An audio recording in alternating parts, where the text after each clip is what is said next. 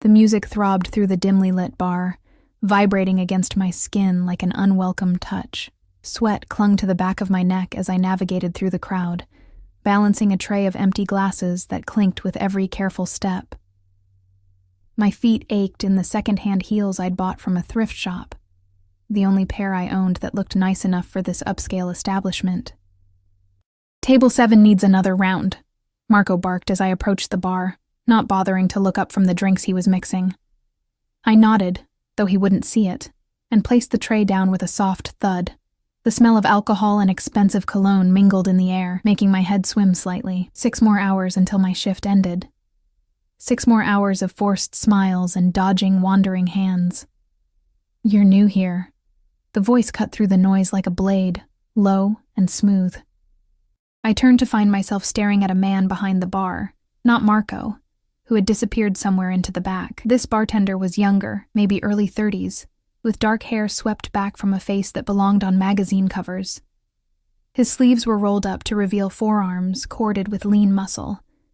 But it was his eyes that caught me, dark as midnight, and fixed on mine with an intensity that made my breath catch. "Started last week," I managed, trying to sound professional despite the flutter in my chest. Still learning the ropes, his lips curved into a smile that didn't quite reach those eyes. "You're doing fine." He began mixing drinks with practiced precision, movements fluid and confident. "Name?" "Ellie," I said, watching his hands work. "Ellie Mason." "Ellie," he repeated, as if testing how my name felt on his tongue. He didn't offer his in return. I should have walked away, should have checked on my tables, but something held me there, watching him work.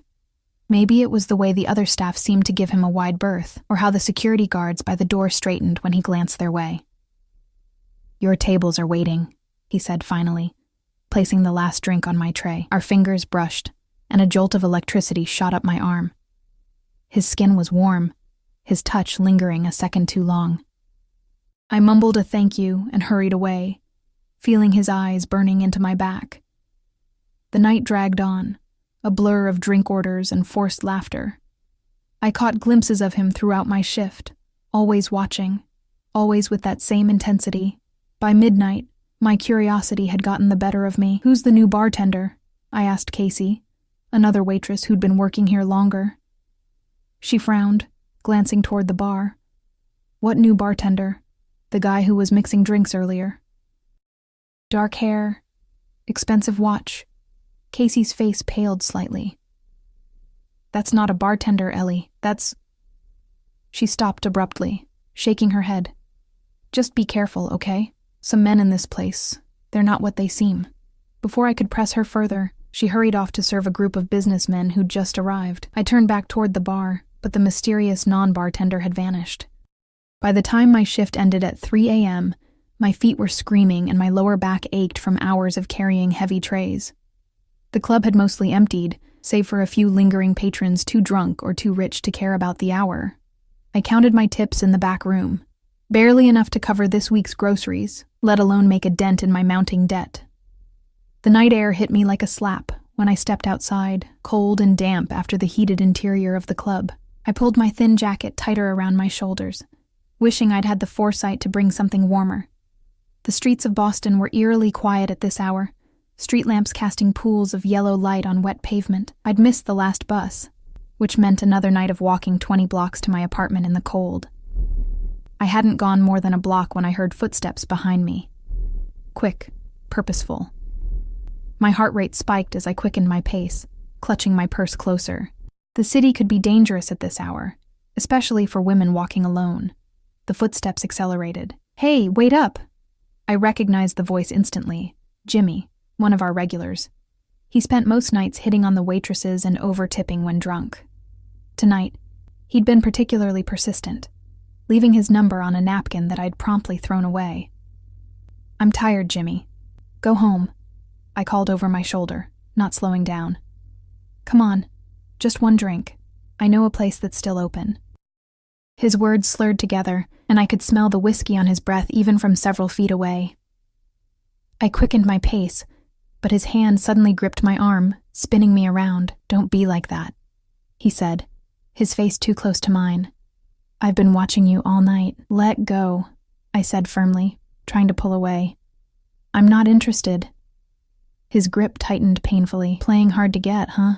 I like that. Fear curdled in my stomach. The street was deserted. No one to hear if I screamed. I was calculating my chances of outrunning him when headlights suddenly washed over us. A sleek black car pulling alongside the curb with a soft purr of expensive engineering. The rear door swung open, and a voice spoke from within the shadows of the vehicle. Is there a problem here? The same voice from earlier, the bartender who wasn't a bartender.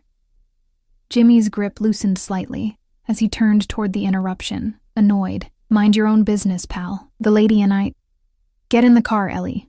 It wasn't a suggestion. It was a command, spoken with such quiet authority that I found myself moving toward the open door before I'd made a conscious decision to do so. Hey, Jimmy protested, reaching for me again.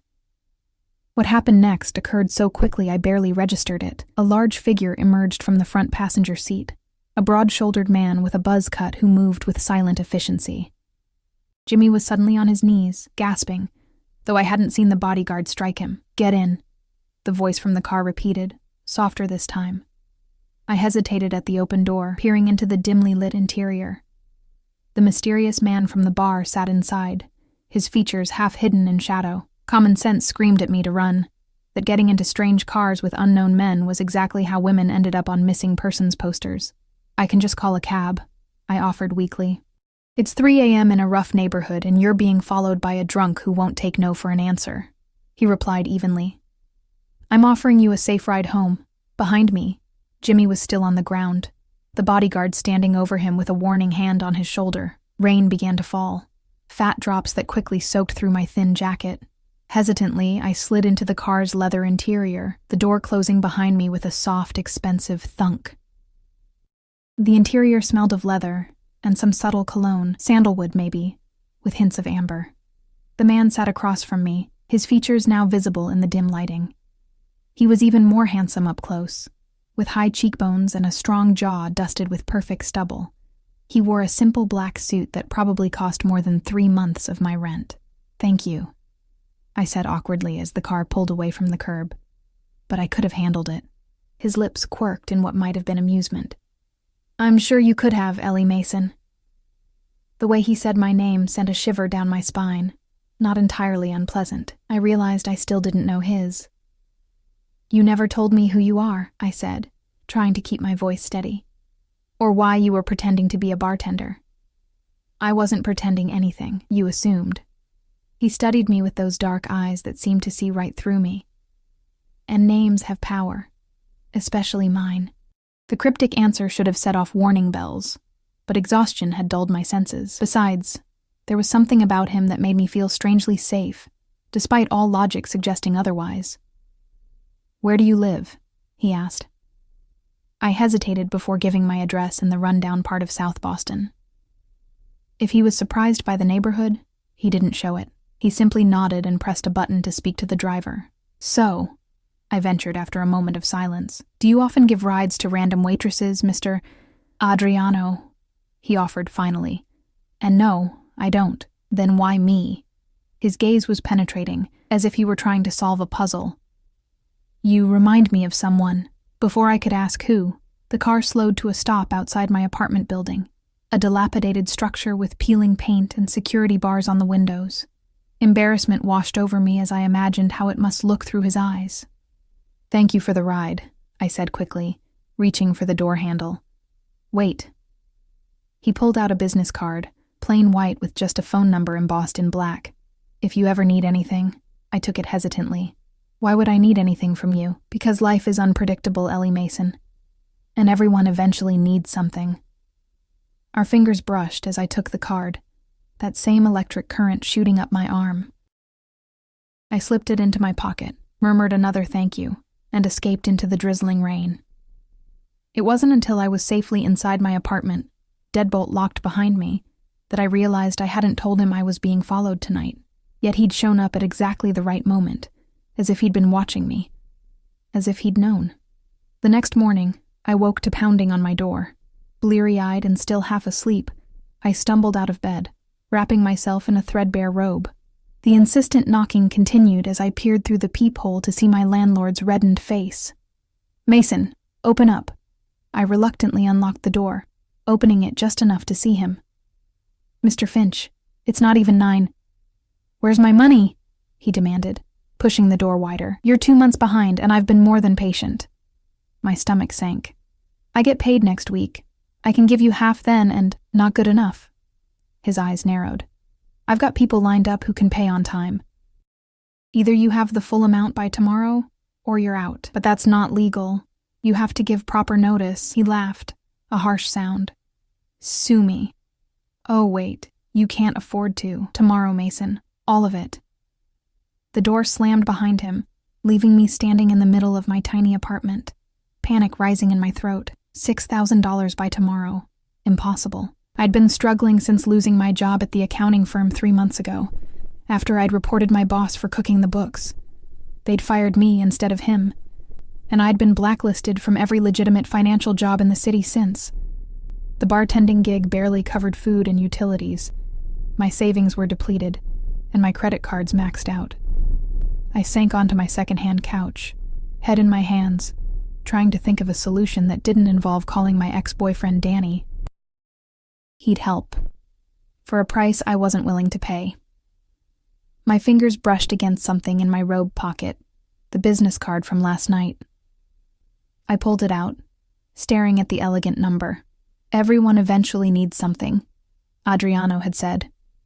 But calling would mean owing him, and men like him, men who rode in cars with bodyguards and commanded rooms without speaking, didn't offer help without expecting something in return. Still, I had no other options.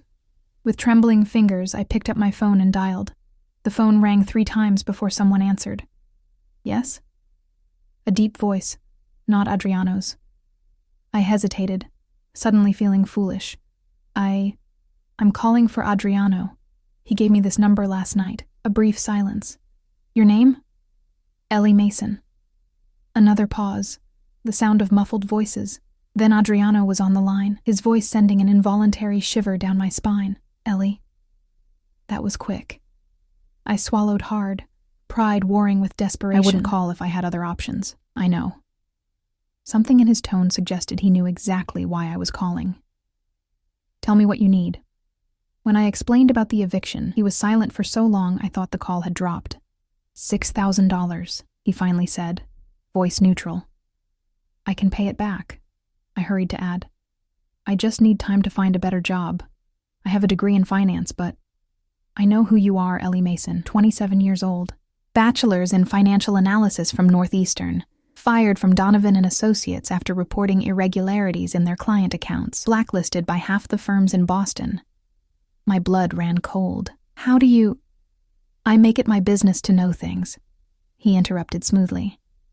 "Especially about people who interest me."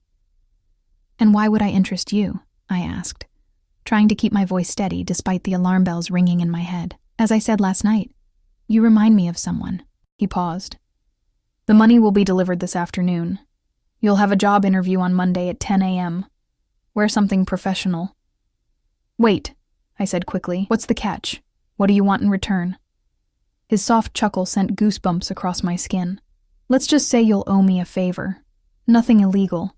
Nothing that compromises your values. Just a favor. To be determined later." "That's very vague." "It's the best offer you'll get today, Ellie." He was right, and we both knew it. "Fine. But I'm paying back every cent. I wouldn't expect anything less." His tone softened slightly. "Stay home today. Don't open the door for anyone except my courier. He'll identify himself as Antonio." Before I could ask why, he'd ended the call. True to his word, at precisely 2 p.m., there was a knock at my door. Through the peephole, I saw a stern-faced man in a dark suit holding a manila envelope. "Antonio," he said simply when I cracked the door open. "Mr. Russo sends this with his compliments." Russo. So that was Adriano's last name. I accepted the envelope with a murmured thank you, quickly closing and locking the door before peering inside. Stacks of $100 bills, neatly bundled, $6,000 exactly. Beneath the money was a business card for Blackstone Financial Group, with an address in the financial district and Monday's date and time written on the back. Dread and relief battled within me. I'd solved my immediate problem, but potentially created a much bigger one. What kind of man carried, or could summon on short notice, thousands in cash? What kind of favor would he eventually demand? And most importantly, who was Adriano Russo, really? I spent the weekend alternating between anxiety and desperate internet searches. There was surprisingly little about any Adriano Russo in Boston. A few mentions at charity events, a blurry photo from a hospital fundraiser 5 years ago, but nothing substantial. It was as if he deliberately maintained a low profile, despite what was clearly significant wealth and influence. Monday morning arrived with gray skies and a persistent drizzle that matched my mood. I'd laid out my only suit, a charcoal gray pantsuit I'd bought for job interviews after graduation, now slightly too loose after months of skimping on meals to save money. My makeup was carefully applied to look professional, but not too dramatic, and I'd twisted my dark blonde hair into a neat chignon. Blackstone Financial Group occupied the top 3 floors of a gleaming skyscraper downtown. The lobby alone screamed money. Marble floors, modern art installations, security guards who looked more like Secret Service agents than rent-a-cops. Ellie Mason for a 10 a.m. interview, I told the receptionist, trying to project confidence I didn't feel. She smiled warmly. Yes, Ms. Mason, you're expected on the 42nd floor. Gerald will escort you. A security guard materialized at my elbow, leading me to a private elevator that required a keycard to operate. As we ascended, my stomach churned with nerves. Was this legitimate? Or some elaborate game Adriano was playing? What kind of financial group operated with cash deliveries and private security? The elevator opened directly into a reception area decorated in tasteful grays and blues. A different receptionist, this one a polished man in his 40s, greeted me. Ms. Mason, Mr. Bennett is ready for you. I was led through a series of corridors to a corner office with floor-to-ceiling windows, offering a spectacular view of Boston Harbor. Behind an imposing desk sat a silver-haired man who rose as I entered. Ms. Mason, Charles Bennett, CEO of Blackstone's private client division. Please, sit. The interview proceeded normally enough. Questions about my experience, my strengths and weaknesses, why I left my previous position. I answered carefully, sticking to the truth while avoiding mentioning Adriano or my suspicions about this too convenient opportunity. Your references from Northeastern are excellent, Bennett remarked, and your technical skills are precisely what we're looking for.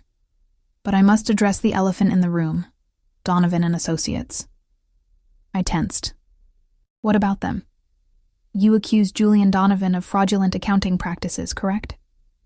I reported inconsistencies in their books. I replied carefully. The next day, I was terminated for performance issues that had never been mentioned before. Bennett nodded slowly. And since then, you've been unable to secure employment in your field. It wasn't a question, but I answered anyway. Yes. Loyalty is important at Blackstone, Ms. Mason. So is integrity. Sometimes those values conflict. He studied me intently. If you witnessed similar irregularities here, what would you do? The question felt like a test. I'd follow proper reporting channels, documenting everything thoroughly. If the issue wasn't addressed appropriately, I'd be forced to consider external options. I won't participate in fraud, Mr. Bennett, even passively. A slow smile spread across his face. That's exactly what I hoped you'd say. The position is yours, if you want it. Junior Financial Analyst, Private Client Division. $80,000 to start. Full benefits. Performance review at 6 months. My jaw nearly dropped. The salary was almost double what I'd made at Donovan. Thank you, I managed. When would you like me to start? Tomorrow, 8 a.m. sharp. He stood, extending his hand. Welcome to Blackstone, Ms. Mason. I floated through the rest of the day in a daze, stopping at a department store to buy 2 new suits I could barely afford, even with my imminent salary. By evening, I'd paid my landlord, his eyes widening at the stack of cash, cleaned my apartment, and was celebrating with a cheap bottle of wine when my phone rang. A number I didn't recognize. Hello? Congratulations on the new position. Adriano's voice, smooth as silk. I nearly dropped my glass. How did you... Never mind. I suppose I should thank you. No need. You earned it on your own merits, but you arranged it, I countered. Why? What do you get out of this? Perhaps I just enjoy helping talented people overcome unfair obstacles. I snorted. And perhaps I'm secretly a duchess. Everyone wants something, Adriano. His soft laugh warmed me more than the wine had. Smart girl. Have dinner with me tomorrow night. I'll send a car at 8. It wasn't a question, and I found myself agreeing before I'd fully considered what I was doing. After hanging up, I stared at my phone in disbelief. What was I thinking? Agreeing to dinner with a man who was clearly involved in something illegal. A man who could deliver thousands in cash within hours. Who knew details about my life I'd never shared. Who commanded respect with just his presence. A man who made my pulse race just by saying my name. The next day was a blur of paperwork, orientations, and introductions. Blackstone was every bit as prestigious as it appeared, with legitimate clients and seemingly above-board operations. By the end of the day, my concerns had somewhat eased, though questions about Adriano's connection to the firm lingered. At precisely 8 p.m., a text message alerted me that my ride had arrived. The same sleek black car waited outside, the same silent driver holding the door. This time the car was empty, but a small box sat on the leather seat. Inside was a delicate silver bracelet with a single charm, a key. A card beneath it read, "To New Beginnings. A." The car took me to an exclusive restaurant on the waterfront, the kind with no visible signage and no prices on the menu. The maitre d' greeted me by name, escorting me through the dimly lit space to a private room in the back. Adriano rose as I entered, looking devastatingly handsome in a tailored charcoal suit that emphasized his broad shoulders and lean physique. Ellie. He took my hand, pressing his lips to my knuckles in an old-world gesture that should have seemed affected but somehow wasn't. You look lovely. I was acutely aware of my department store suit and the simple bracelet that was probably the most expensive piece of jewelry I'd ever worn. Thank you for the gift. It's beautiful, but you're uncomfortable accepting it, he finished, pulling out my chair. It's just a bracelet, Ellie, not a collar. The choice of words sent a strange thrill through me. Still, it seems excessive for a man I barely know. His dark eyes glittered in the candlelight. Then let's remedy that. Over dinner, exquisite courses paired with wines I couldn't pronounce. Adriano told me about growing up in North Boston, the son of Italian immigrants. He spoke of his father's small import business, his mother's legendary Sunday dinners, his own scholarship to Harvard Business School. Nothing that explained his obvious wealth and power. Nothing about his current business ventures. When I tried to steer the conversation in that direction, he expertly deflected. Enough about me, he said, topping off my wine glass. Tell me more about the job. Is it what you hoped for? I described my first day, the people I'd met, the projects I'd been assigned. It's legitimate, I concluded, watching him carefully.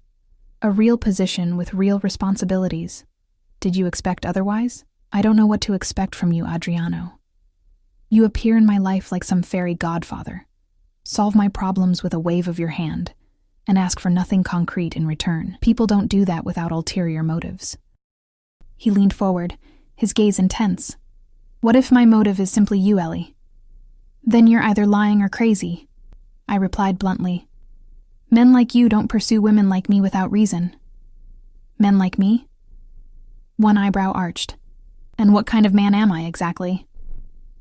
I hesitated, then decided honesty was my best approach. Powerful, dangerous, connected. The kind who solves problems with cash deliveries and has drivers who double as bodyguards. The kind who can make a prestigious financial firm hire someone who's been blacklisted throughout the industry. A smile played at his lips. And yet you're here, having dinner with this dangerous man. Curiosity, I said, and gratitude. You did help me, whatever your reasons. Perhaps I just saw something in you worth saving.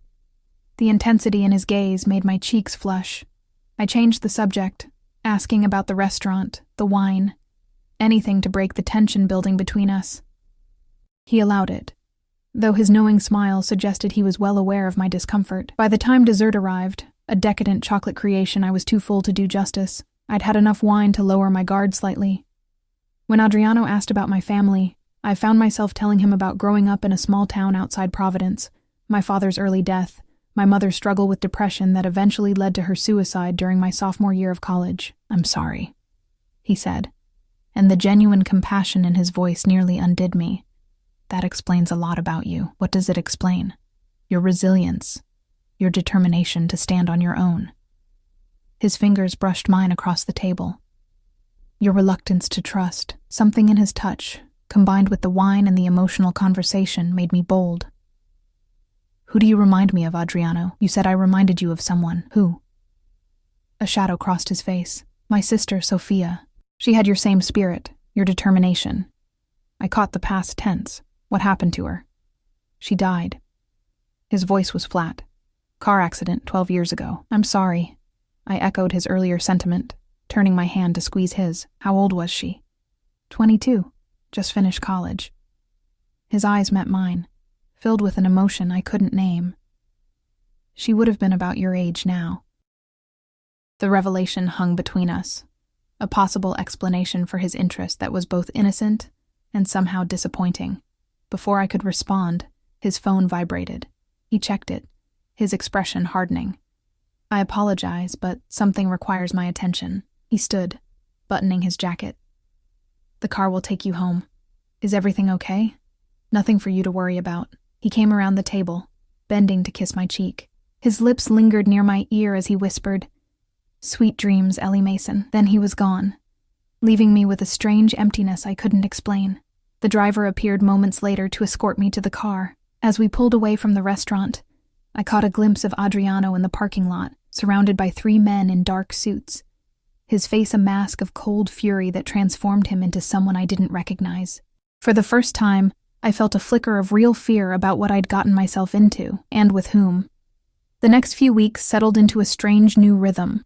By day, I was Ellie Mason, junior financial analyst at Blackstone, earning a respectable salary and gradually rebuilding my professional reputation.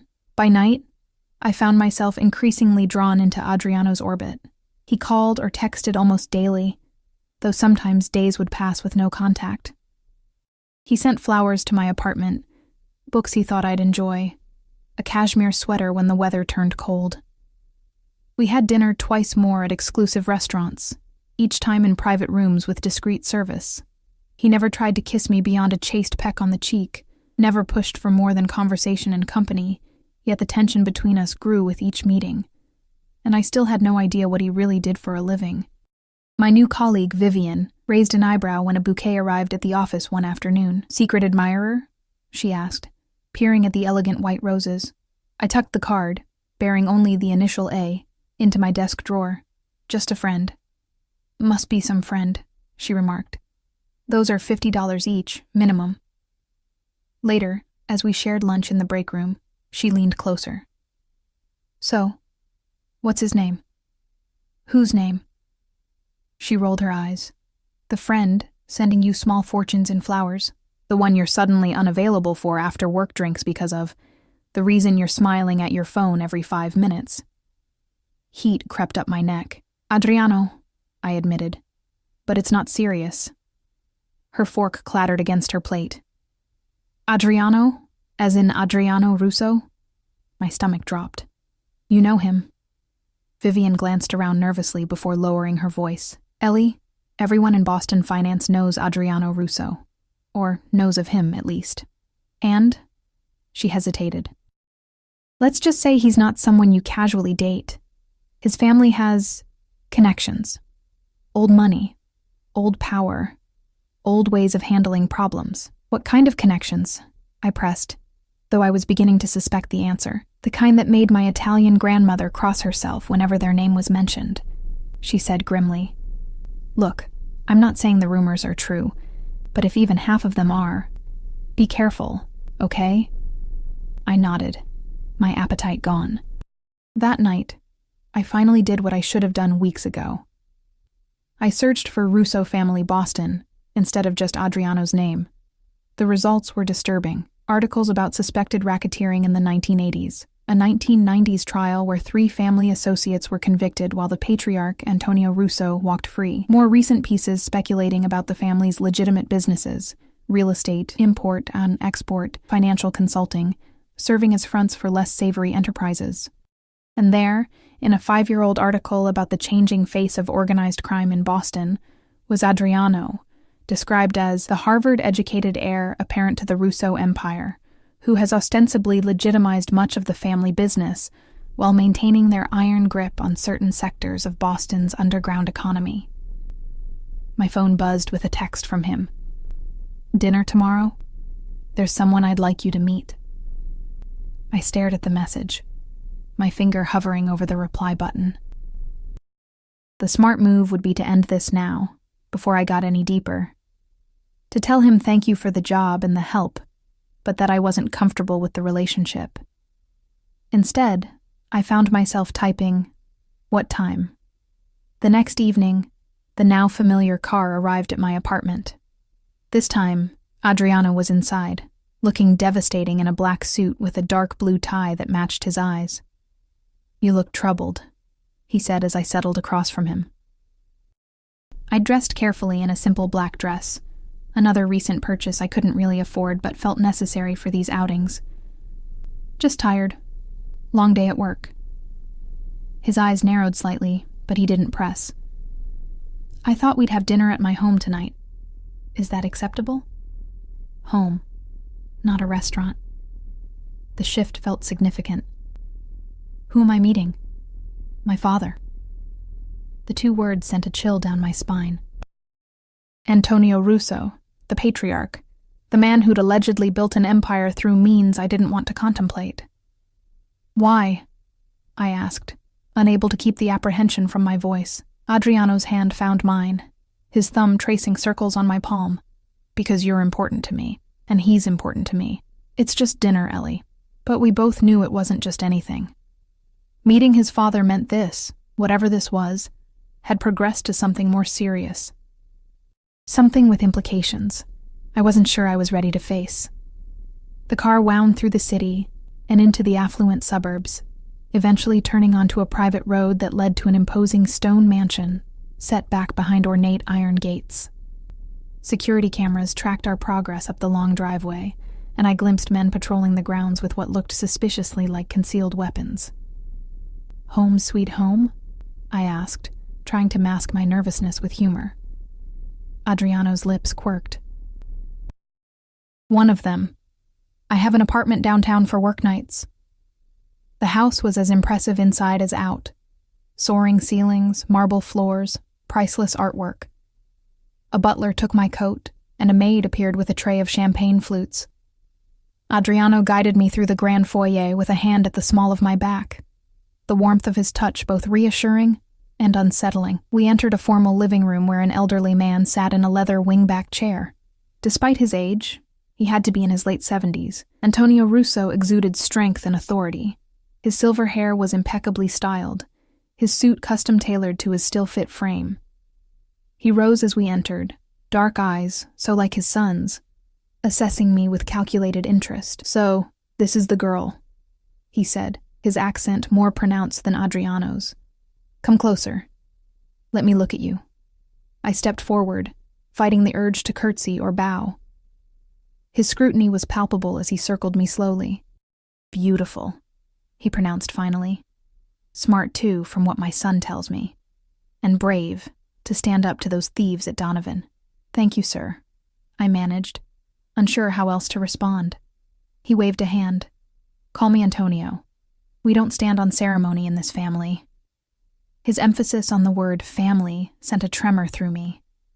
"Sit, both of you. Dinner will be served shortly." We settled onto an antique sofa. Adriano's arm draped casually across the back, his fingers just brushing my shoulder. The touch felt possessive, as did the way his father watched us. "Adriano tells me you're an orphan," Antonio said bluntly. "Father," Adriano warned, his body tensing beside me. "It's fine," I assured him before turning to Antonio.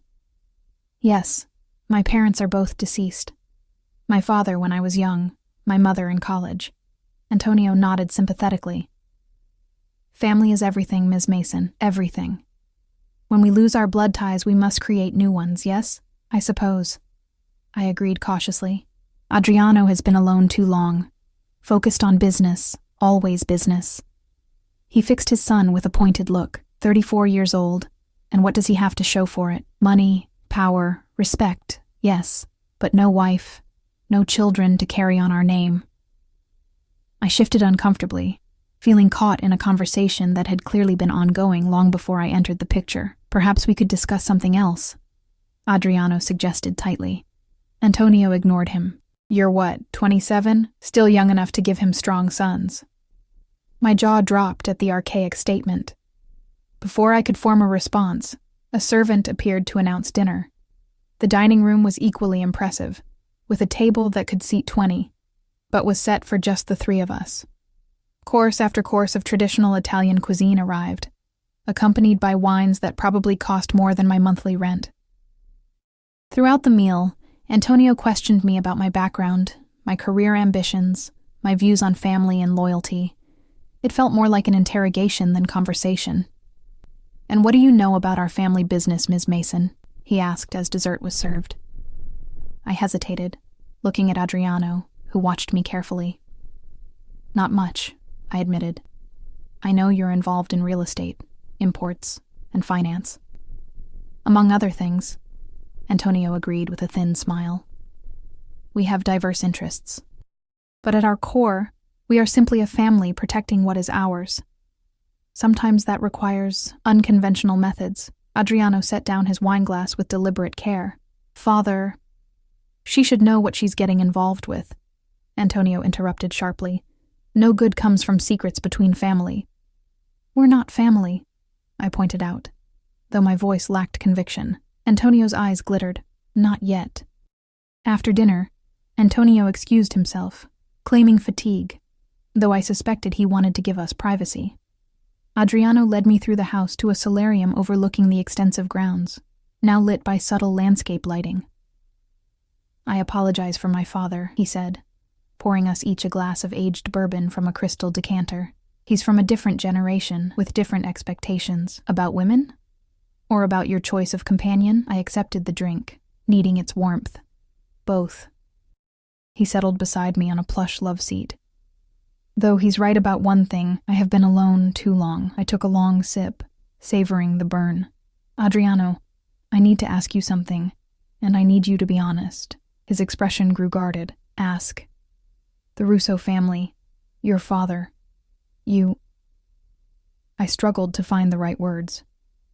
Are you connected to organized crime? He didn't answer immediately, swirling the amber liquid in his glass. That's a complicated question. It shouldn't be, I countered.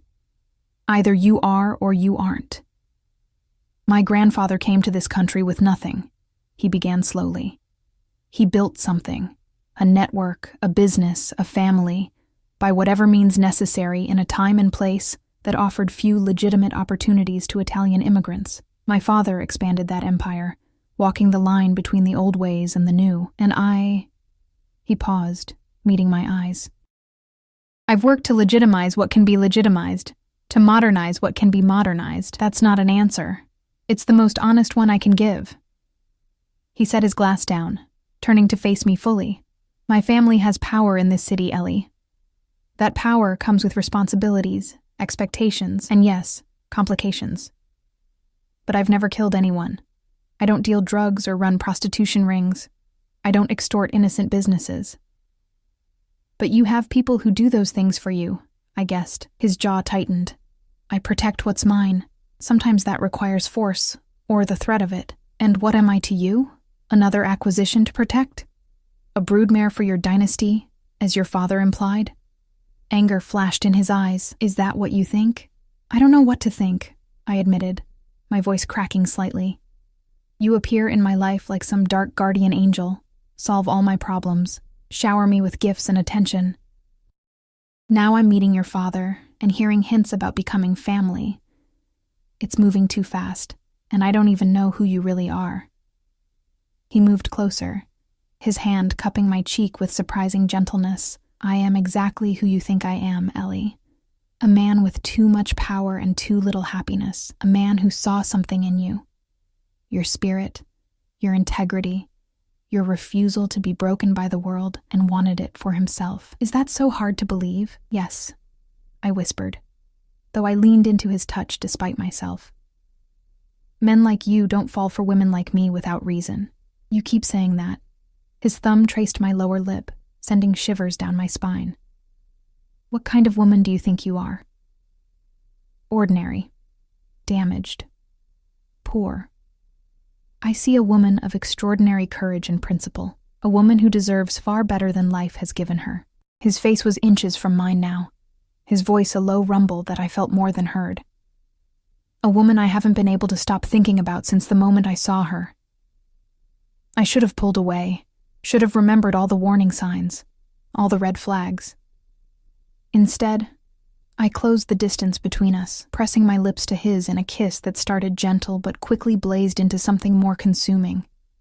His hands tangled in my hair as he deepened the kiss, drawing a soft moan from my throat.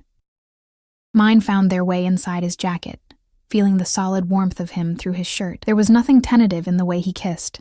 It was possessive, demanding, yet somehow still asking permission with every touch. When we finally broke apart, both breathing heavily, his eyes had darkened with desire. "Stay with me tonight," he murmured against my lips. Reality came crashing back.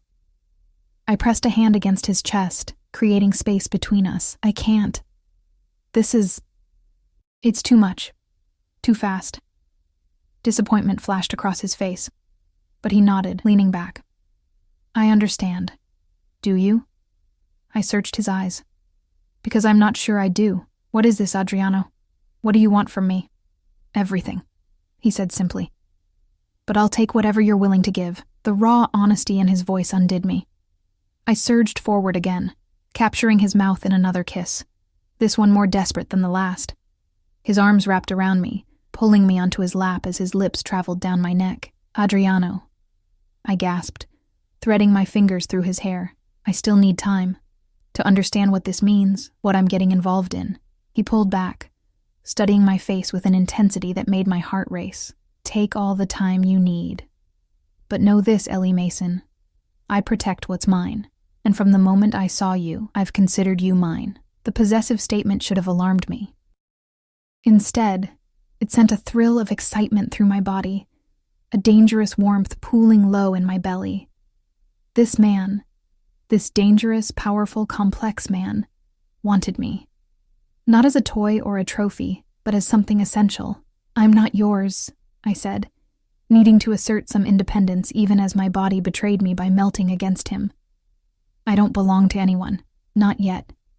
He echoed his father's words, a smile playing at his lips. But you will be. The car ride back to my apartment was charged with unspoken tension. Adriano kept a careful distance, but his eyes rarely left me, dark with promised pleasures that made my skin flush. When we arrived, he walked me to my door, the hallway of my rundown building somehow transformed by his presence. Thank you for coming tonight, he said formally, though his eyes burned with anything but formality. Thank you for inviting me, I replied, equally proper. We stood there, the air between us electric with possibility. Then he stepped back, the perfect gentleman. Good night, Ellie. Good night, Adriano. I closed the door behind me, leaning against it as I listened to his retreating footsteps. Only when I heard the building's front door close did I allow myself to breathe normally again. My phone buzzed with a text. Dream of me. A. I smiled despite myself, already knowing I would. The next morning, I woke to another text. Check your email. Important. Curious, I opened my work email to find a message from my boss, asking me to handle a new account, Russo Holdings. Attached were financial statements for what appeared to be a legitimate real estate corporation, with assets in the hundreds of millions. A second text arrived. Thought you might appreciate seeing the legal side of my business interests. Lunch today? I stared at my phone, torn between professional curiosity and personal caution. Last night had crossed a line, but in the cold light of morning I wasn't sure if I regretted it or wanted more. I have a meeting at noon, I typed back. Rain check? His response was immediate. Dinner then. 8 p.m. I'll send the car. I hesitated only briefly before responding. Okay. As I prepared for work, Examining the Russo Holdings documents more carefully, I noticed something odd, a recurring payment of $50,000 each month to a company called Phoenix Consulting. The amount was small enough to escape casual scrutiny in a portfolio this size, but large enough to catch my analyst's eye. I dug deeper, but found nothing about Phoenix Consulting in any of the supporting documentation. No contracts, no invoices, no description of services, just regular payments, authorized by Adriano himself. Professional curiosity won out over personal involvement.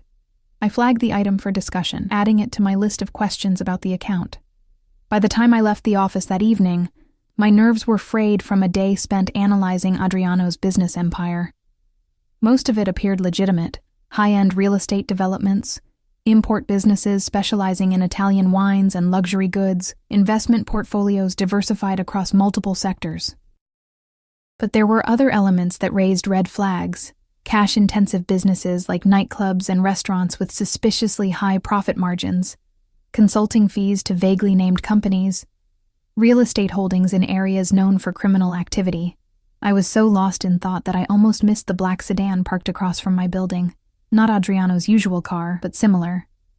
As I approached my entrance, the car door opened, and a man stepped out. Not Adriano, but someone vaguely familiar. "Ms. Mason," he called, crossing the street toward me. "Got a minute?"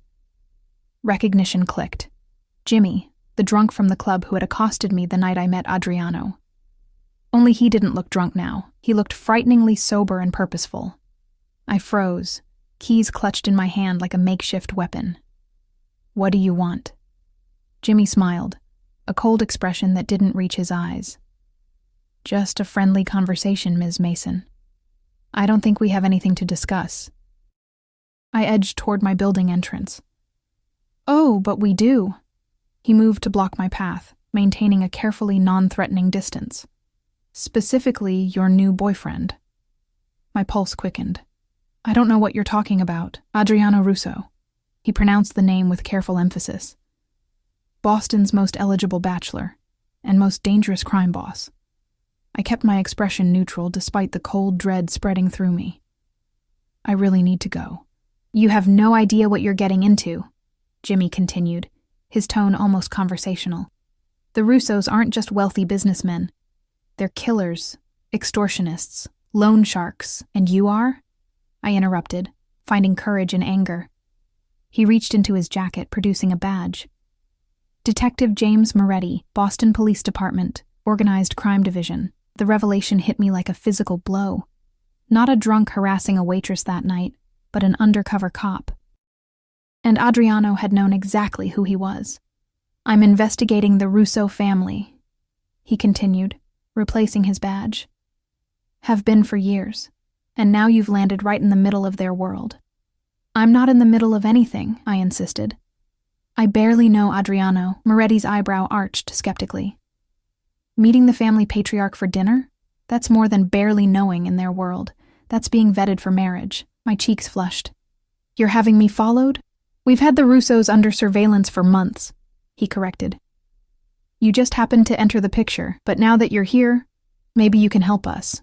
"Help you how, exactly?" He took a step closer, lowering his voice. "You have access to Adriano, to his home, potentially to his business records. We need someone on the inside." "You're asking me to spy on him?" I asked incredulously. "Are you insane? Even if I wanted to, which I don't, do you have any idea what would happen if he found out? We can protect you." I laughed, a sharp, bitter sound. "Like you protected the other witnesses against the Russos? The ones who mysteriously disappeared or changed their testimony?" Moretti's expression hardened. "You've already looked into their history, so you know what they're capable of. Is that really the world you want to be part of? The kind of man you want to be with?" The question hit too close to my own doubts.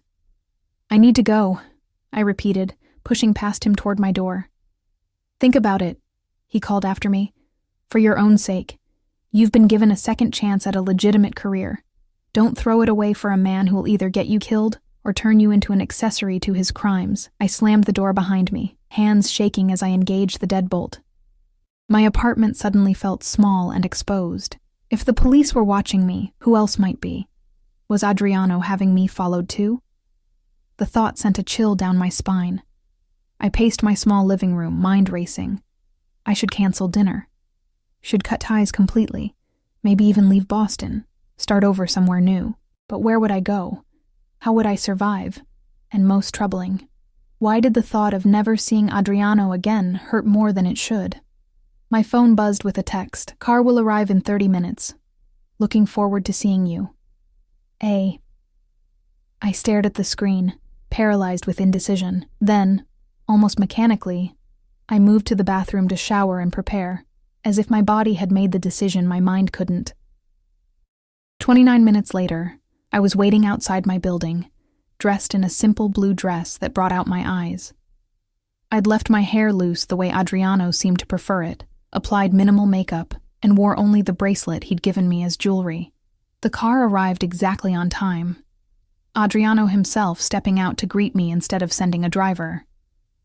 He looked devastatingly handsome in dark jeans and a crisp white shirt, more casual than I'd ever seen him. "You're stunning," he said, eyes appreciative as they swept over me. "You're not using a driver tonight?" I asked, noticing the absence of his usual security. I thought we could use some privacy. He opened the passenger door of a sleek sports car, a Ferrari, I guessed, though I knew little about luxury vehicles. Just the two of us tonight, no staff, no security, no family. The intimacy of the arrangement both thrilled and alarmed me. As I slid into the buttery leather seat, I couldn't help wondering if Detective Moretti was watching from somewhere nearby, noting the license plate, tracking our movements. Adriano drove with the same controlled confidence he brought to everything, handling the powerful car with effortless precision as we wound through the city streets and onto a coastal highway. The sun was setting over the ocean, painting the sky in dramatic oranges and purples. "Where are we going?" I finally asked, breaking the comfortable silence. "My place by the sea," he replied, reaching over to take my hand. "I thought we could use a change of scenery, more privacy to talk." Talk. The word hung between us, pregnant with implication. There was so much we needed to discuss, so many questions I needed answered. But now that the moment was here, I found myself hesitating, unsure where to begin. We drove for another 20 minutes before turning onto a private road that curved along a rocky section of coastline. At the end stood a modern glass and stone house perched dramatically on a cliff overlooking the Atlantic.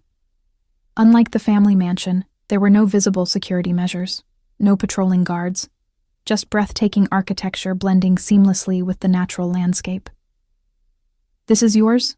I asked, as he parked in a 3-car garage already housing 2 other luxury vehicles. "One of my personal properties," he confirmed, "not connected to the family business." The distinction seemed important to him. As we entered through a sleek kitchen with state-of-the-art appliances, I noted the lived-in touches that suggested he spent significant time here: coffee mugs hanging from hooks, a worn paperback on the counter, comfortable-looking furniture arranged to maximize the ocean view visible through floor-to-ceiling windows. "Wine?" he offered, opening a hidden panel to reveal a temperature-controlled wine room. "Please." I needed liquid courage for what was to come. He selected a bottle, opening it with practiced ease before pouring 2 glasses. "Hungry? I thought we could cook together rather than going out." The domesticity of the suggestion caught me off guard. "You cook?" A genuine smile lit his face. "My mother insisted all her children learn. Said no child of hers would starve if left alone for a week." The image of young Adriano learning to cook at his mother's side was oddly endearing, humanizing a man I'd begun to mythologize. "What are we making?" "Seafood linguine. Simple but elegant." He handed me a glass before leading me to a massive kitchen island. "You can chop herbs while I deal with the shellfish." For the next half hour, we worked side by side in companionable silence, the rhythm of cooking creating a false sense of normalcy. I found myself relaxing despite my earlier fears, seduced by the intimacy of shared tasks and the second glass of wine Adriano poured when my first emptied. As we sat down to eat at a table positioned to capture the moonlight now dancing across the water, I finally gathered my courage. "I met someone interesting today," I began carefully, twirling pasta around my fork. Adriano's eyes sharpened, though his tone remained casual. "Oh?" "Detective James Moretti. He seems to think we know each other." The fork in Adriano's hand stilled momentarily before he resumed eating. Jimmy's been trying to build a case against my family for years. The casual confirmation of what I'd feared made my stomach clench. So it's true then. Everything he said about you, about your family. Adriano set down his utensils, giving me his full attention. What exactly did he say? I met his gaze directly. That you're not just a businessman. That you're a crime boss. That your family is involved in extortion, money laundering, maybe even murder. And you believe him? His voice was soft, dangerous. I don't know what to believe anymore. I pushed my plate away, appetite gone. All I know is that I've been thrust into something I don't fully understand, caught between a man who makes me feel things I shouldn't, and warnings that he's dangerous. So I need the truth, Adriano. All of it. He studied me for a long moment, his expression unreadable. Then he rose, extending his hand. Come with me. I hesitated before placing my hand in his, allowing him to lead me through the house to a book-lined study. He released me to open a hidden safe behind a painting, a cliché that might have made me smile under different circumstances.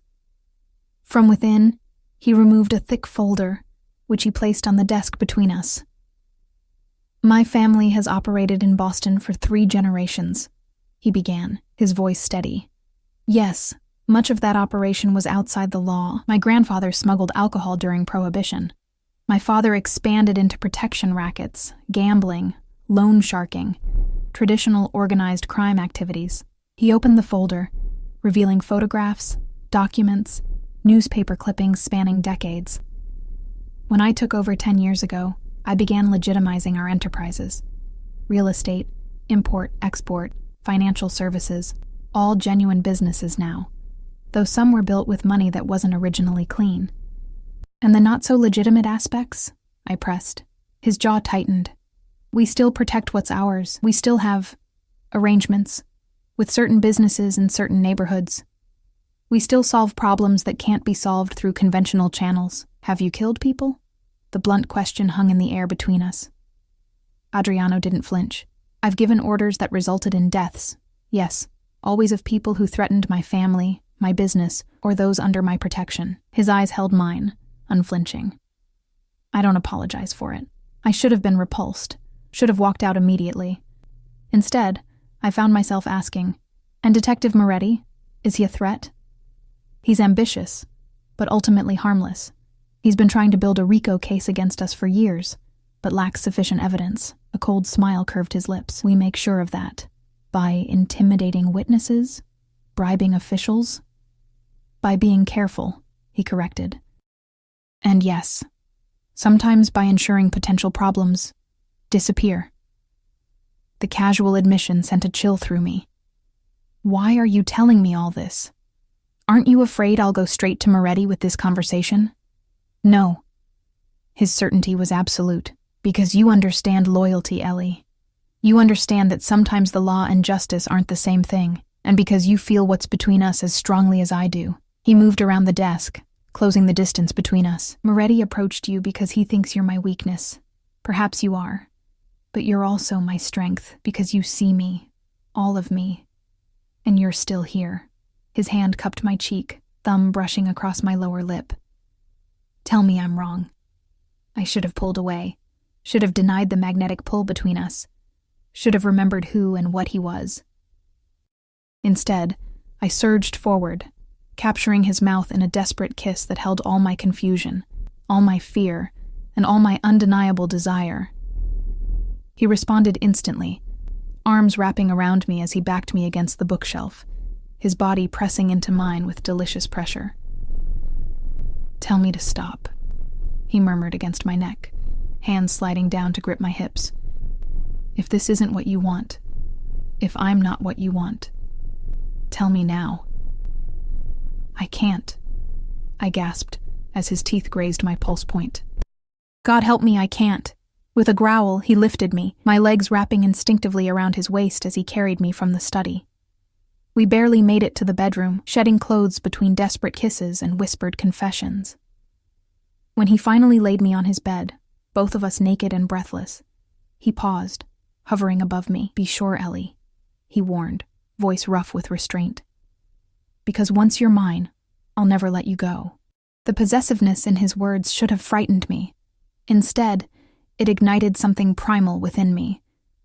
A desire to be claimed, to belong, to surrender to the overwhelming force that was Adriano Russo. "I'm sure," I whispered, pulling him down to me. Hours later, I lay curled against his chest, his fingers tracing lazy patterns on my bare shoulder, my body pleasantly sore from our lovemaking. Outside, moonlight silvered the waves crashing against the cliffs below, beautiful, powerful, dangerous, like the man beside me. "What happens now?"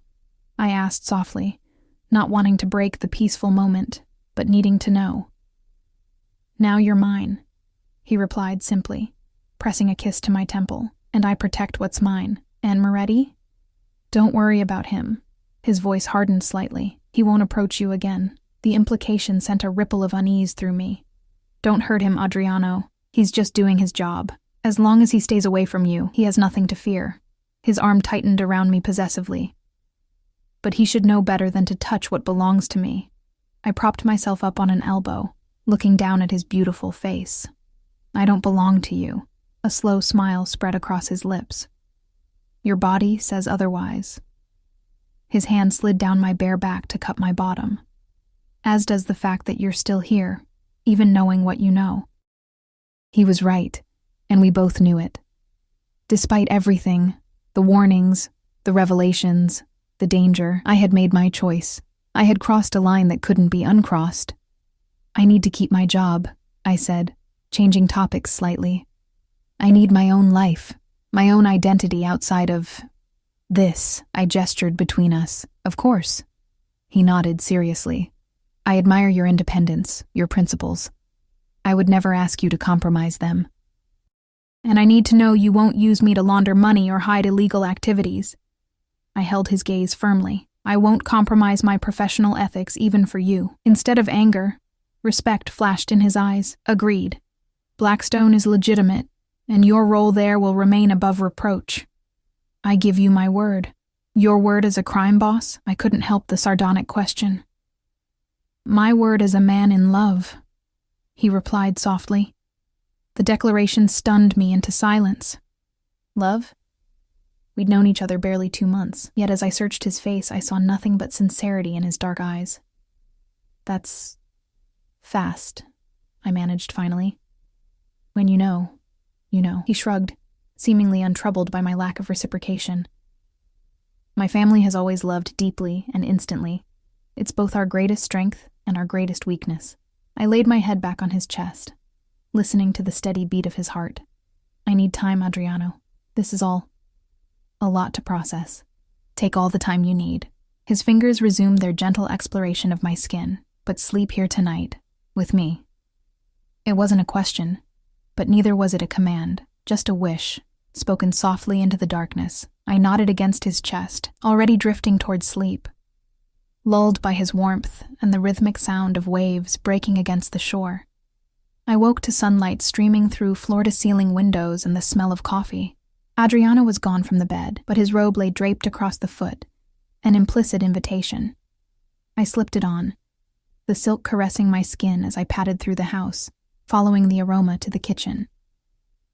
Adriano stood at the stove, dressed only in low-slung pajama bottoms, his broad back and defined shoulders on full display as he cooked what smelled like frittata. The domestic scene was so at odds with what I now knew about him that I paused in the doorway, momentarily disoriented.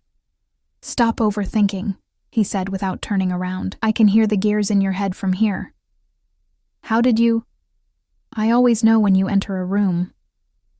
He glanced over his shoulder, eyes warming as they took in the sight of me in his robe. "My body recognizes yours now." Heat rushed to my cheeks at the intimate statement. I moved to the coffee pot, pouring myself a cup to hide my reaction. "What time is it?" "Just after 8. Do you need to be at work?" I shook my head. "It's Saturday." "Good." He slid the frittata onto a serving plate. "Then we have all day." The prospect was both thrilling and terrifying. "For what?" "For whatever you want." He set the plate on the island between us. "Talk, make love again, go sailing. I have a boat docked nearby. Or simply exist together in the same space while you process everything you learned last night. The casual options, offered without pressure, eased something tight in my chest. This man, this dangerous, powerful man who had confessed to ordering deaths, was giving me space, giving me choices. I'd like to talk more, I decided, taking a seat at the island. About us. About what this means going forward.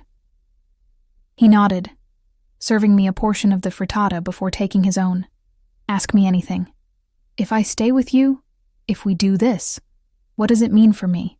For my life? He considered the question carefully. It means you'll never want for anything material again. It means you'll be protected, always. It means certain doors will open for you professionally, while others may close because of the association. It means I'll be watched, I added. By your enemies. By the police. Yes, he acknowledged. There would be risks.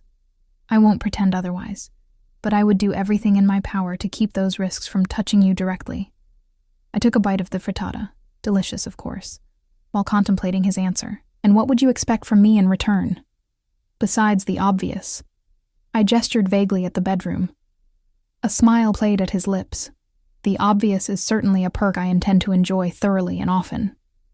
His expression grew more serious. But what I want most is your loyalty, your trust, and eventually, your love. I don't expect you to participate in any aspect of my business that makes you uncomfortable. I don't expect you to compromise your principles. I just want you, Ellie. The rest we can figure out as we go. The sincerity in his voice was disarming. I reached across the island to take his hand. I'm scared, Adriano, not just of your world, but of how I feel about you. It's happening so fast, and it's so intense. His fingers tightened around mine.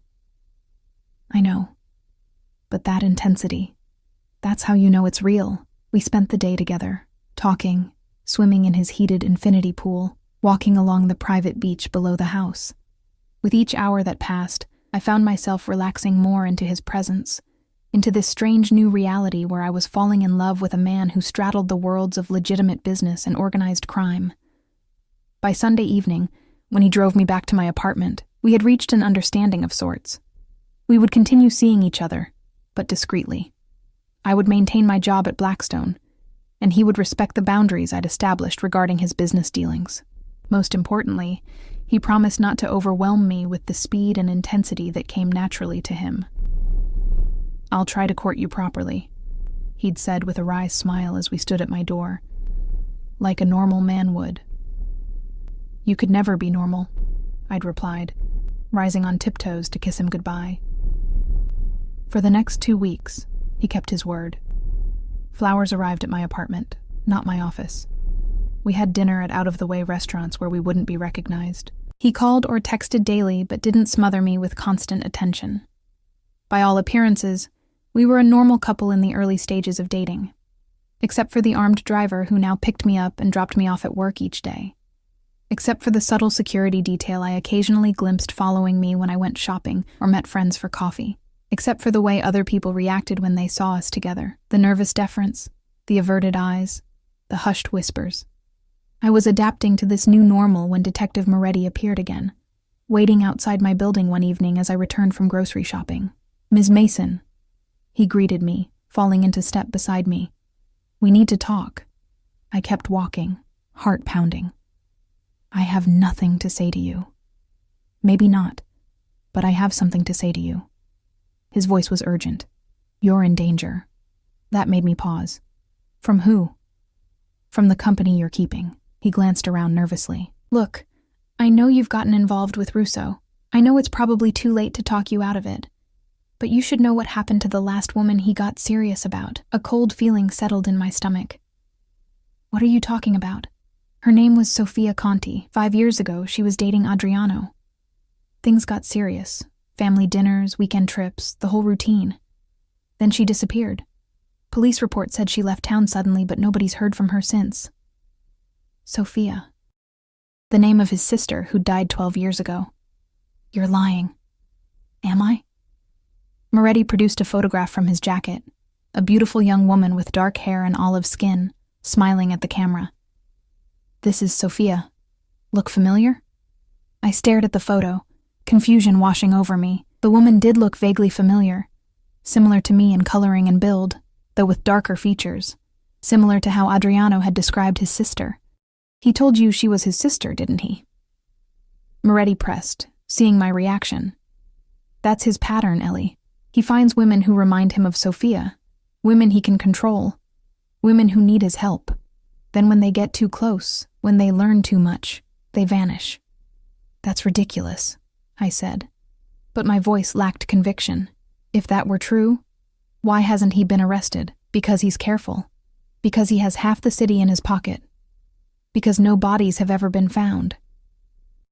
Moretti's eyes were pleading now. "I'm not asking you to wear a wire or testify against him. I'm just asking you to save yourself before it's too late." I pushed past him toward my building entrance. "Leave me alone." "Just ask him," Moretti called after me. "Ask him about Sofia Conti. Watch his reaction. And if you ever need help, if you ever feel unsafe, call me." He pressed a card into my hand. "Day or night?" I slammed the door behind me, leaning against it as I tried to steady my breathing. My hands trembled as I set down my groceries and pulled out my phone. No messages from Adriano. He was in New York for business, not expected back until tomorrow. I stared at our last text exchange. Casual, affectionate, normal. Had it all been a lie? A sick game he played with vulnerable women who resembled a dead lover he'd renamed as his sister? I should call him. Demand answers. But what if Moretti was right? What if confronting Adriano put me in danger? I spent a restless night, alternating between absolute certainty that Moretti was lying to feed his obsession with bringing down the Russos, and gnawing doubt that made me question everything Adriano had told me. By morning, I was exhausted, eyes gritty from lack of sleep, mind foggy with confusion. I called in sick to work, something I'd never done before. Then I made a decision. I would search for the truth myself. Online records were my specialty, after all. If Sofia Conti had existed, if she had disappeared under suspicious circumstances, there would be a trail somewhere. I spent the morning hunched over my laptop, digging through news archives, public records, and social media. What I found was disturbing. Sofia Conti had indeed existed, a graduate student in art history at Boston University who had disappeared 5 years ago. The police report listed her as a voluntary missing person, with a note that she'd left a message for her roommate saying she was leaving town suddenly for personal reasons. The case had been closed after minimal investigation. More troubling were the photos I found on an archived social media account. Sofia with friends at a gallery opening, Sofia on a boat, laughing at the camera. And one photo that made my blood run cold. Sofia at a charity gala, standing beside a younger Adriano, his arm draped possessively around her waist. Not his sister, his girlfriend. A girlfriend who looked disturbingly like me and who had vanished without a trace. I was still staring at the photo when my phone rang. Adriano. I let it go to voicemail, too shaken to speak to him. He texted immediately afterward. "Back early from NY, coming to see you tonight. Miss you. A." Panic gripped me. I wasn't ready to face him, wasn't ready to confront what I'd learned. I needed time to think, to plan, to decide what to do. I texted back. "Not feeling well. Took sick day. Can we rain check?" His response was immediate. "What's wrong? I'll bring soup and medicine. Be there in an hour."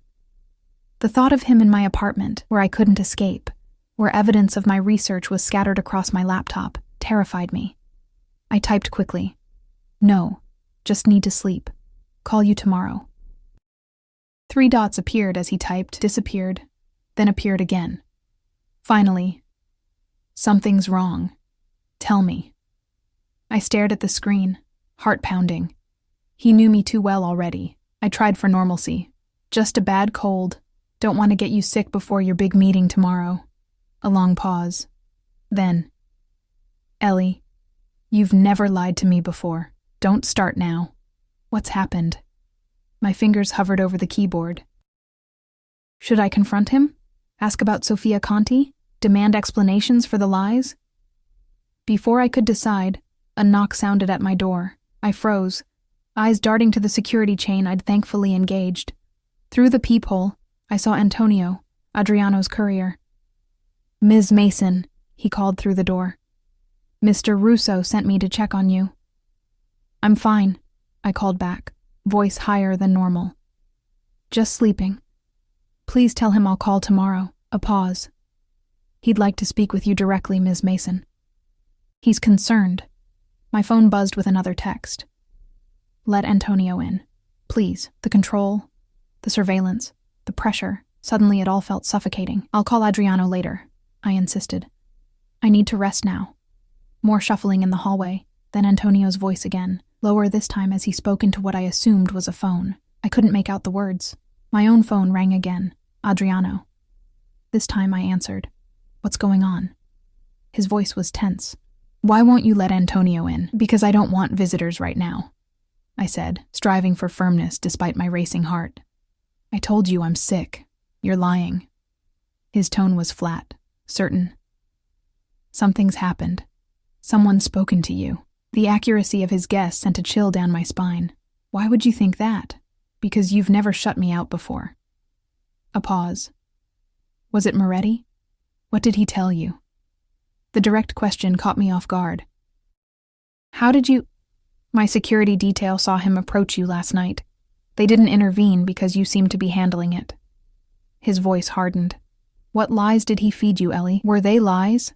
I countered, finding courage in anger. "He showed me a picture of Sofia Conti. Said she was your girlfriend, not your sister. Said she disappeared after getting too close to you." Silence. Then very quietly, "Let me in, Ellie. Not Antonio. Me." "I'm downstairs." My heart lurched. "You're here? How?" "I flew back the moment you started acting strange. I've been watching your building, hoping you'd come out so we could talk somewhere neutral.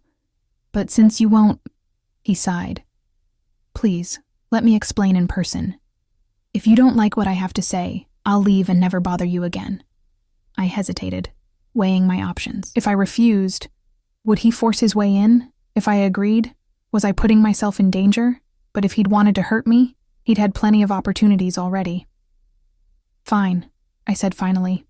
"Come up." Minutes later, another knock at my door. Through the peephole, I saw Adriano. Hair slightly disheveled, eyes shadowed with what looked like genuine concern. I unbolted the door but left the chain engaged, opening it just enough to see him clearly. "Take your security and go home, Adriano. I'll talk to you alone, or not at all." He hesitated, then nodded, pulling out his phone to issue brief instructions. After a moment, he put the phone away. "They're gone. It's just me now." I closed the door to remove the chain, then reopened it fully, standing aside to let him enter. He stepped inside cautiously, as if entering a minefield. I noticed he wore casual clothes, jeans and a sweater, rather than his usual suit, and carried nothing but his phone. "You look terrible," he said softly, taking in my appearance. Unwashed hair, pale face, eyes red from crying and lack of sleep. "Yes. Well, finding out your boyfriend might be a murderer will do that to a girl." The words came out sharper than intended. He flinched, actual pain flashing across his features. "Can we sit, please?" I gestured toward the couch, taking the armchair across from it, maintaining distance between us. He sat forward, elbows on his knees, hands clasped.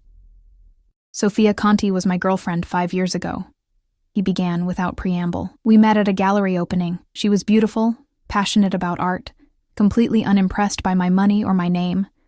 I fell hard and fast. I remained silent, watching his face carefully.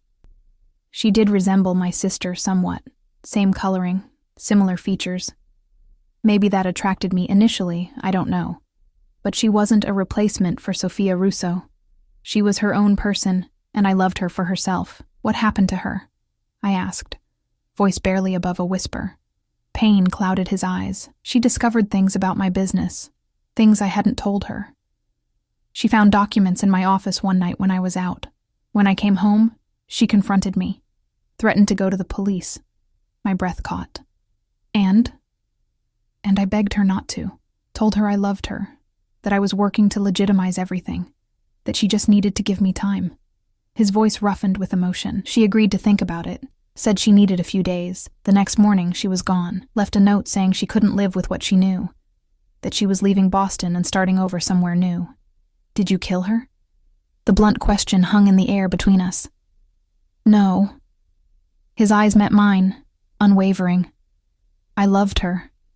I would never hurt her. Then where is she? I pressed. If she just left town, why has no one heard from her in 5 years? He looked down at his hands. Because I made it that way. What does that mean? It means I gave her what she asked for. A new life, far away from me and my world. He sighed heavily. She contacted me a week after she left. Said she was terrified, that she couldn't just disappear, that people would look for her. So I arranged things. New identity, new documentation, enough money to start over somewhere I wouldn't know about, so I could truthfully say I had no idea where she was. You expect me to believe that? I asked incredulously. That you just let her go, helped her vanish. After she threatened to expose you, I loved her. He repeated simply. And yes, I let her go, because sometimes if you truly love someone, you do what's best for them, even if it destroys you. The raw pain in his voice seemed genuine.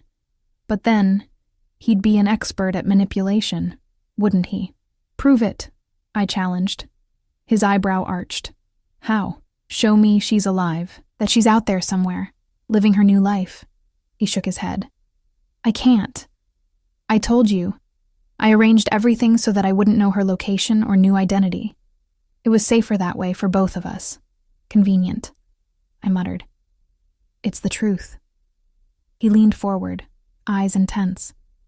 Ellie, I've never lied to you about who I am or what I've done. Yes, I told you Sophia was my sister because I wasn't ready to share the full story of what happened with Sophia Conti. That was wrong, and I'm sorry. But I did not hurt her. I would never hurt a woman I loved. And you love me? The question came out half skeptical, half hopeful, more than I thought possible. He answered without hesitation. Enough to let you walk away right now if that's what you want. Enough to disappear from your life completely, to ensure no one associated with me ever bothers you again.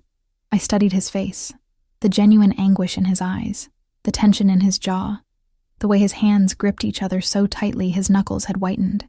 Everything in his posture, his expression, screamed sincerity. But then, he would be an excellent liar, wouldn't he? His entire life was built on secrets and deception. I need time, I said finally. Time to think. To decide if I can trust you. Relief flickered across his features. It wasn't a rejection. At least not yet. Take all the time you need. And space, I added. No security details. No surprise visits. No Antonio checking up on me. He hesitated, clearly uncomfortable with the idea of leaving me unprotected. Moretti could be dangerous, Ellie. He's obsessed with bringing down my family. He might try to use you. I can handle Moretti, I assured him.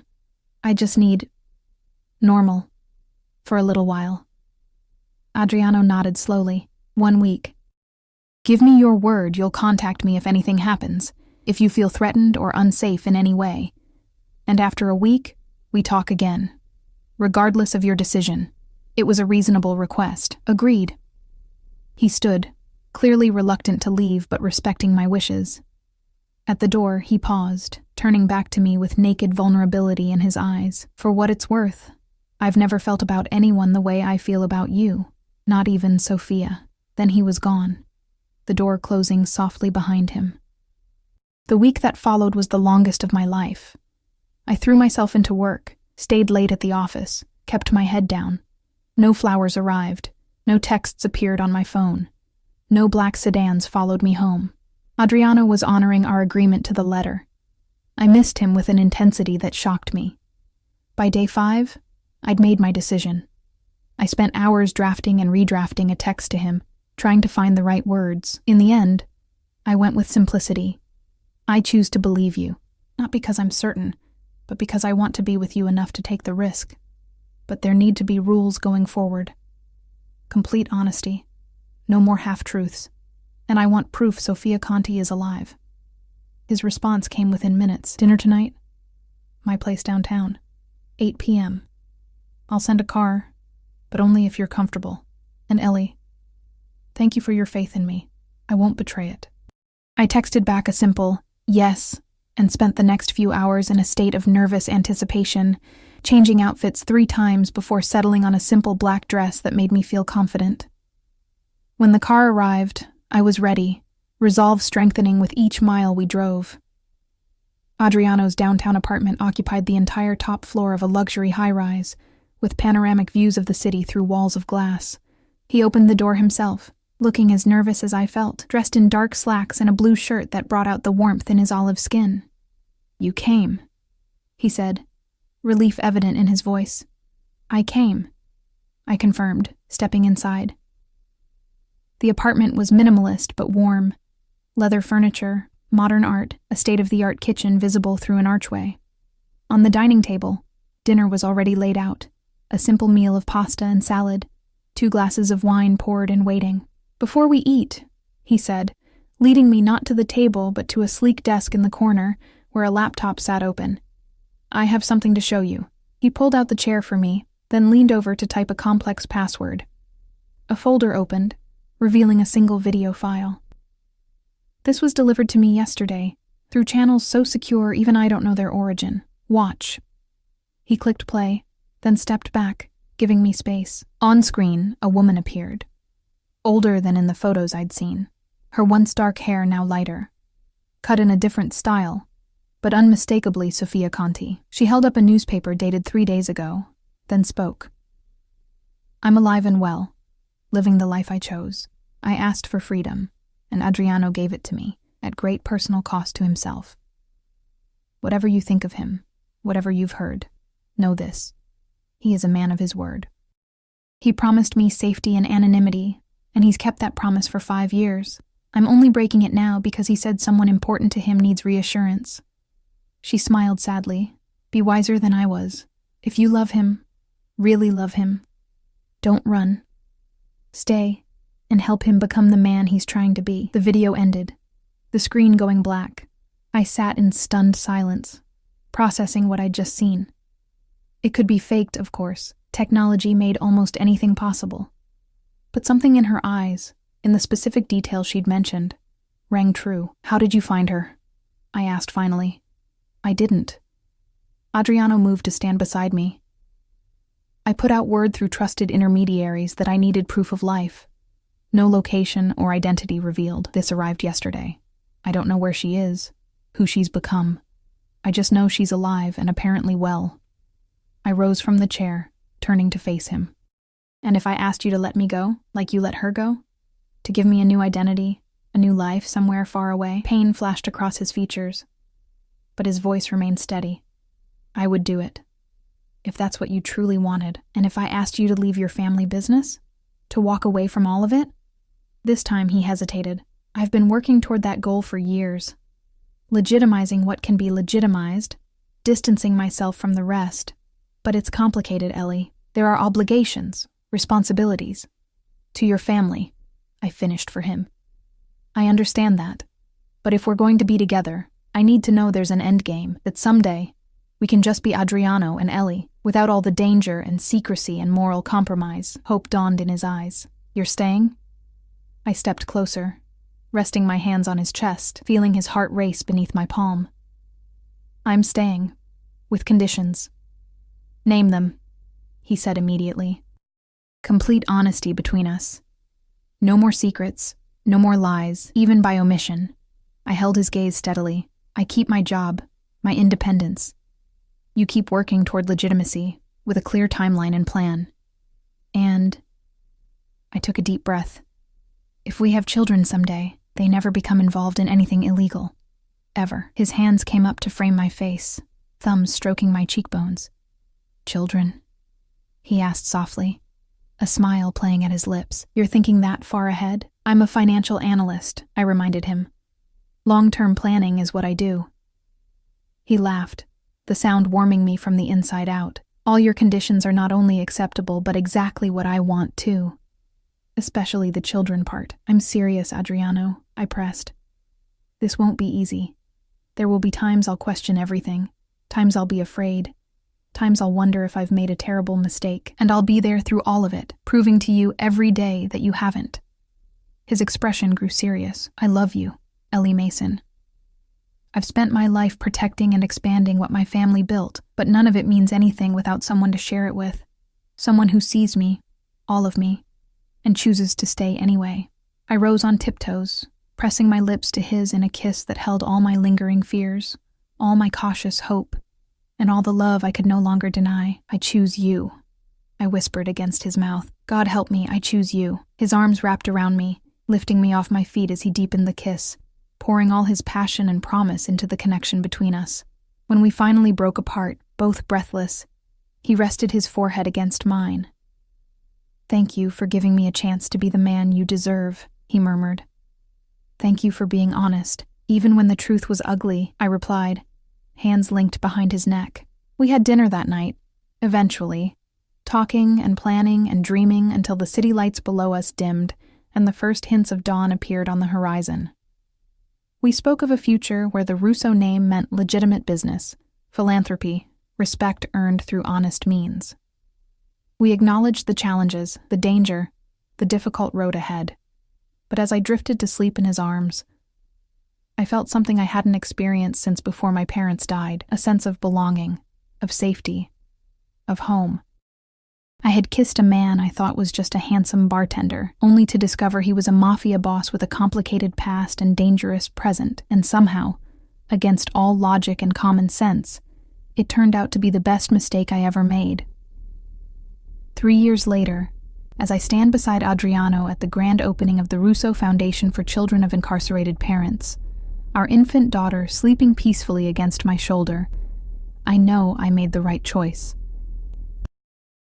The path hasn't been easy. There were investigations, threats from rival organizations, tense negotiations with law enforcement, but Adriano kept every promise. The illegal operations were systematically dismantled or transferred to others. The legitimate businesses flourished under his leadership and my financial guidance. We built something new together, something we can be proud of, something we can pass on to our daughter without shame. And sometimes, late at night, I think of Sofia Conti, living her new life somewhere far away. I hope she's happy. I hope she's found peace. But mostly, I'm selfishly grateful she ran, that she wasn't strong enough to stay and fight for the man she loved, because her loss became my gain. And I have no intention of ever letting go. "What are you thinking about?" Adriano asks, his arm sliding around my waist as the photographers finish taking pictures of the foundation's official opening. I lean into him, our daughter stirring slightly between us. About how sometimes the wrong kiss leads to exactly the right life. His smile, still capable of making my heart race after all this time, lights up his face. "I've never made a better mistake than letting you think I was just a bartender. And I've never made a better mistake than believing you," I reply, rising on tiptoes to kiss the man who transformed from a dangerous stranger into the center of my world, my protector, my partner, my home.